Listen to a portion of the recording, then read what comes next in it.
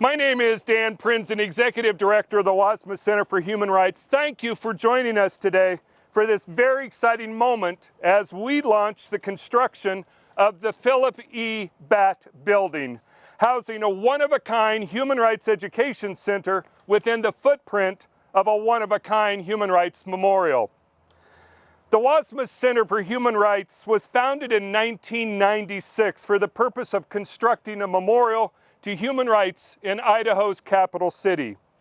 For over 2 decades, the center has provided programming and resources on-site in the Idaho Anne Frank Human Rights Memorial, off-site in classrooms, companies, communities throughout Idaho, and now online reaching national and international audiences. The scope of our programming, resources, and services has grown dramatically. Now it's time to look to the future. And the future is bright. As we explore new ways to better serve Idaho's classrooms and communities and meet the demand, our resources, technology, and facilities must grow too. We look forward to bringing all aspects of daily operation and programming into one comprehensive education center. Core to the center's work, we strive to foster a climate and culture of upstanders who embrace respect, compassion, equality, and justice for all. Etched into the stone of the memorial, Margaret Mean reminds us, never doubt that a small group of thoughtful, committed citizens can change the world. It's the only thing that ever has. A small group of thoughtful, committed citizens. We are the Wassmuth Center, not because Bill Wassmuth or the Wassmuth family purchased naming rights. We are the Wassmuth Center for Human Rights because we are inspired to carry Bill's torch to stand up and speak out against hate and discrimination. Within the memorial, the Marilyn Schuler for Human Rights was not funded by the Schuler family. The classroom was named in recognition of Marilyn's commitment to take action when hearing or witnessing injustice. Today, we launched the construction of the Philip E. Batt Building not because he was a former governor of Idaho or that the Batt family donated for the naming rights. The Philip E. Batt Building will stand in recognition of one who both personally and professionally is committed to human rights.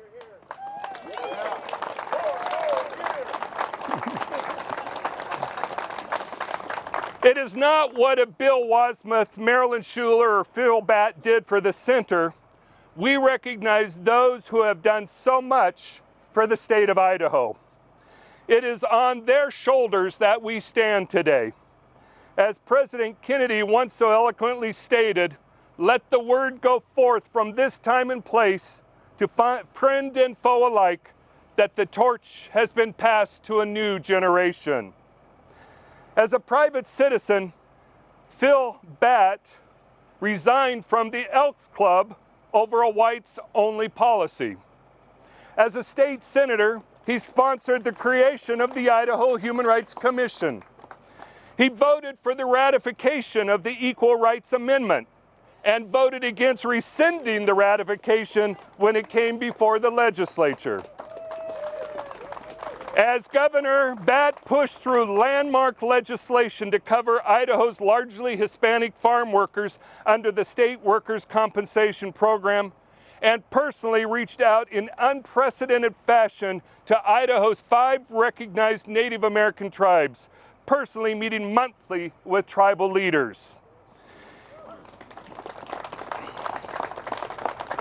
He publicly stated that private militias were unnecessary and in some cases unwelcome, condemning any group which meets for the purpose of inciting violence against anybody or inciting racial hatred or bigotry. In a guest opinion advocating for add the words, Philip E. Batt wrote, and I quote, "I would like to have somebody explain to me who is going to be harmed by adding the words to our civil rights statutes prohibiting discrimination in housing and job opportunities for homosexuals." And as he concluded, "Oh, I forgot, that might hurt the feelings of the gay bashers." Though I could continue with countless other examples, let me conclude by quoting Governor Philip E. Batt in his own words. "Of all of mankind's baser modes of behavior, I believe that racism is the worst. It is the prime cause of a majority of wars. It causes fistfights, murder, and fear. Perhaps worse, it causes millions of people to live in degradation and hopelessness." Today, we launched the construction of the new Wassmuth Center for Human Rights to be a beacon and light in times of darkness. For as Anne Frank wrote in her diary, there is hope. Governor Philip E. Batt, in recognition of your leadership and courage to stand up and speak out against the forces that would divide us, the Wassmuth Center for Human Rights is honored to be housed in the Philip E. Batt Building.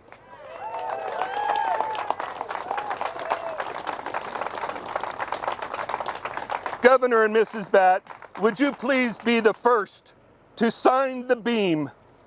And we invite any of Governor Batt's former staff members to step forward and join him at this time.